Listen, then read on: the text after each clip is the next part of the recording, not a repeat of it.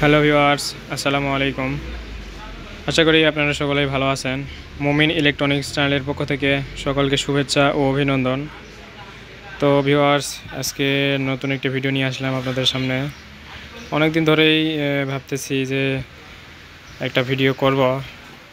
তো এটি মূলত সোলার হাইব্রিড যে মেশিনগুলো রয়েছে,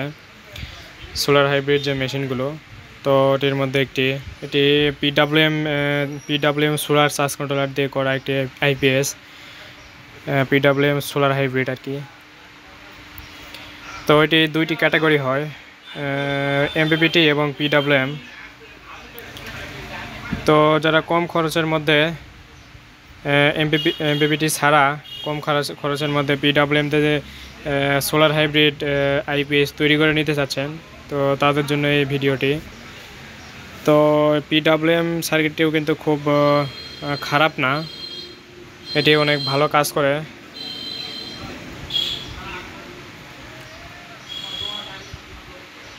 তো এটি আজকে কমপ্লিট করলাম। এটি 600 ভিএ 500 ওয়াট, 650 ভিএ 500 ওয়াট একটি আইপিএস। যদিও 400 ওয়াট হয়, আমরা 500 ওয়াট কাস্টমার বলছিল যে ভাই 500 ওয়াট করে দিতে হবে, তো মূলত সেই জন্য আমরা 500 ওয়াট করে দিয়েছি। তো এর আউটলুকিংটা যদি দেখেন,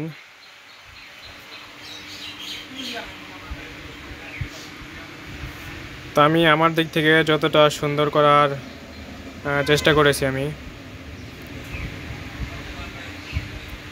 তো ভিতরে দেখেন যে আমাদের ওয়ারিংয়ের কী অবস্থা।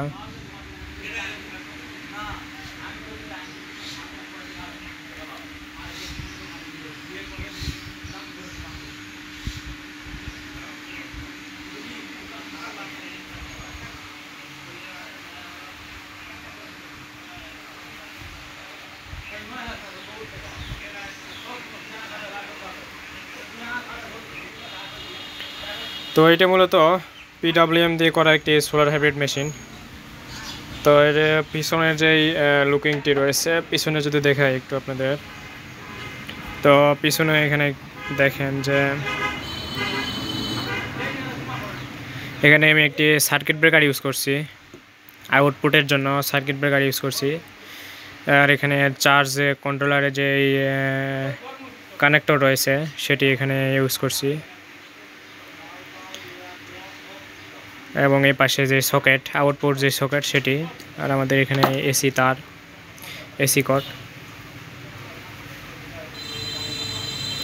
তো এলো মূলত পিছনের।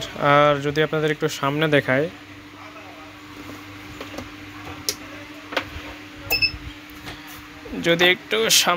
আপনাদের,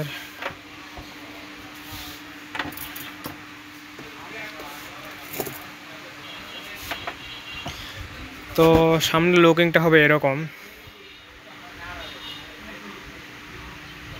এখানে আমাদের ডুয়াল ডিসপ্লে, একটি আমাদের ইনভার্টারের জন্য এবং আরেকটি সোলারের জন্য। একটি ইনভার্টার এবং আরেকটি সোলারের জন্য এই দুইটি ডিসপ্লে।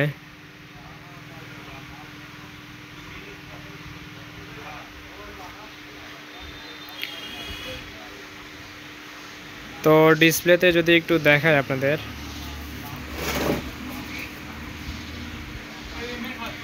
তো দেখেন আমাদের উপরেরটা আমাদের ইনভার্টারের ডিসপ্লে, ব্যাটারি ভোল্টেজ আমাদের এত, রেডিয়েন্ট আইপিএস, এসি ইন করানোর জন্য এসি ইন দেখাচ্ছে না। তো আমরা যদি সোলারেরটা দেখি এখন, তো সোলার থেকে আমাদের আসতেছে 11.7। এটি 12 ভোল্টের একটি মেশিন, 12 ভোল্টের একটি সোলার হাইব্রিড, যার জন্য এখানে 11.7 ভোল্টেজ দেখাচ্ছে। তো মূলত আমার যে সোলারটি রয়েছে, সোলারটি মূলত 30 ওয়াটের একটি সোলার।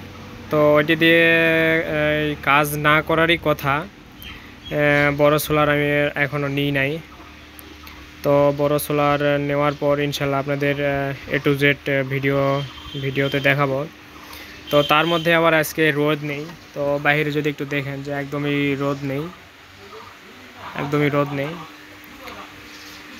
যার জন্য আমার ওই 30 ওয়াটের যে সোলারটি রয়েছে এটি কাজ করতেছে না আর কি। তো এমনি আপনাদের দেখানোর জন্য মূলত ভিডিওটি করা। তো যদি একটু বোঝাই দিই আপনাদের তাহলে বুঝবেন। দেখেন যে সোলার নাইট মোডে রয়েছে, অর্থাৎ সোলার কাজ করে নাই। তো এখানে দেখেন যে solar mode on, solar power 00 watt, solar voltage আমাদের 11.7 আসতেছে। আমাদের কিন্তু সোলারের এই যে কানেকশনটি পিছনে লাগাই দেওয়া আছে। তো যখন আমরা সোলার অ্যাম্পিয়ার 00, তো আমরা যখন বড় করব, বড় সোলার নেব, তখন দেখতে পারবেন যে এখানে সোলার পাওয়ার আমরা যখন সোলার থেকে চালাবো তখন সোলার থেকে কত ওয়াট চলতেছে সেটা এখানে শো করবে, এবং সোলার থেকে কত অ্যাম্পিয়ারে চার্জ হচ্ছে সেটিও এখানে শো করবে।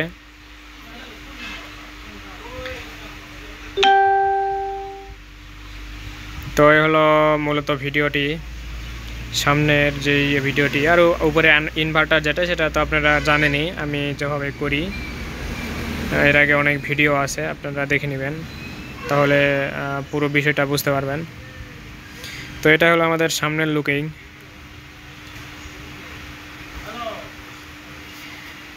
তো চলুন বিস্তারিত জানা নেওয়া হইল, এখন আপনাদের দেখাবো, একটু লোড দিয়ে দেখাই যে এটির পারফরমেন্স কীরকম।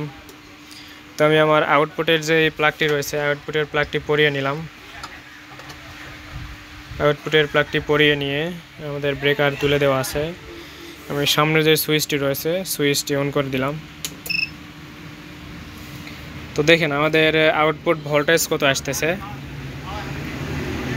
আউটপুট ভোল্টেজ 230 দেওয়া আছে আমাদের সার্কিটে, 230 দেওয়া আছে, 50 হার্জ আর কি।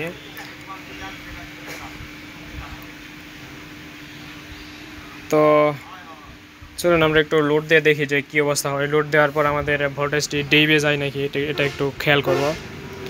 তো আমি এখানে 200 ওয়াটের একটি লাইট লোড দিলাম, 200 ওয়াটের একটি লাইট লোড দিলাম। তো এখন যদি ডিসপ্লেতে আমরা একটু দেখি যে কত ওয়াট শো করতেছে।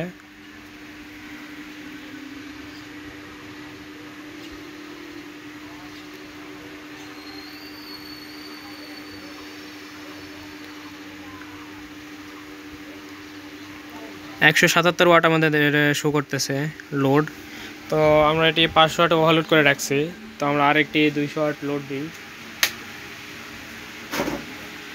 দেখেন আমরা 400 ওয়াট অলরেডি লোড দিয়ে ফেলছি। তো এখন আমাদের আউটপুট ভোল্টেজটি দেখেন যে আমাদের আউটপুট ভোল্টেজটি কিন্তু এখনও স্টেবল রয়েছে, 230ই রয়েছে এখনও। তো আমরা যদি 100 ওয়াটের একটি লাইট লোড দিই, আবার 100 ওয়াটের একটি লাইট লোড দিলাম,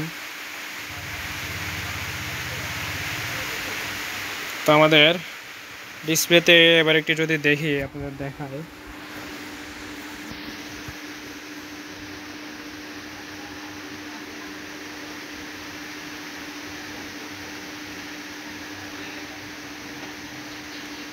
তো ডিসপ্লেতে দেখেন যে 490 ওয়াট,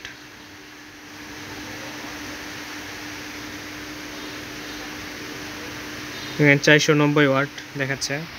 তো এটা মূলত, তো এটা যদি আমরা এখন ওভারলোড করি, সেক্ষেত্রে আমাদের কি দাঁড়াবে।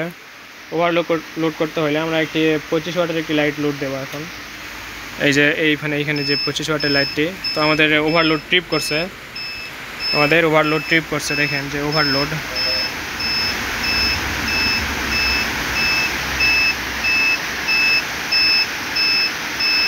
এখানে ওভারলোড ট্রিপ করছে অলরেডি। তো আমরা এই 25 ওয়াটের লাইটে অফ করে দিব। তো এখন আমাদের ফুল 500 ওয়াট লোড আছে।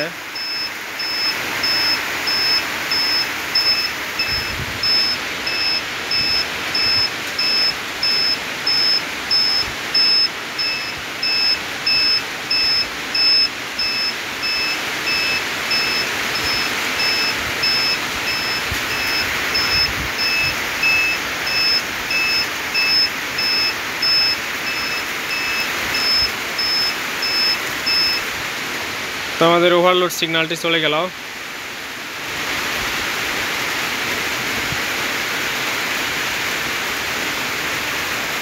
তো আমি যদি এখন চার্জিংটা দেখাই যে চার্জিংয়ের কি অবস্থা।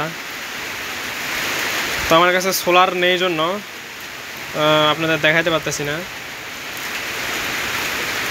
যদি আমি আপনাদের একটু চার্জিংটা দেখাই, তো আমি আউটপুটটা একটু অফ করে দিই, এই সুইচগুলো অফ করে দিই। এটি কিন্তু 100% রিপ্লেসমেন্ট কাজ করে, সেটা আপনারা জানেন। যারা আমার ভিডিওগুলো দেখেন রেগুলার তারা অবশ্যই জানেন।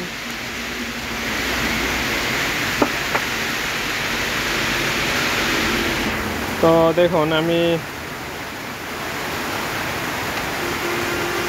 এই 3 পিন প্লাগটি আমি এখন কারেন্টে ঢুকাবো।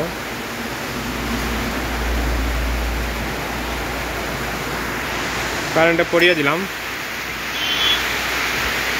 তো এখন দেখবো যে আমাদের কত অ্যাম্পিয়ারের চার্জ হচ্ছে।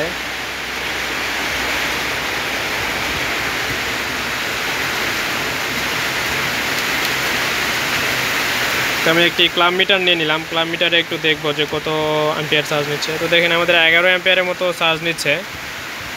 11 অ্যাম্পিয়ারে আমাদের ব্যাটারিতে চার্জ হচ্ছে। তো এই হলো মূলত ভিডিও।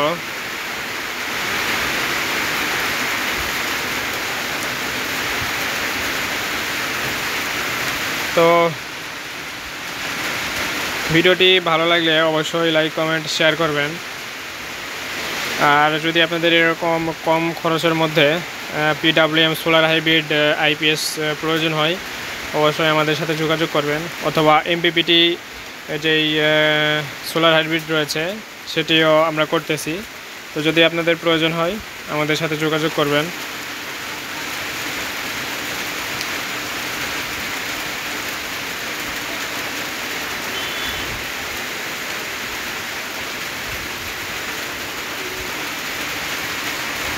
তো সকলেই ভালো থাকবেন, সুস্থ থাকবেন। ততক্ষণ পর্যন্ত আসসালামু আলাইকুম।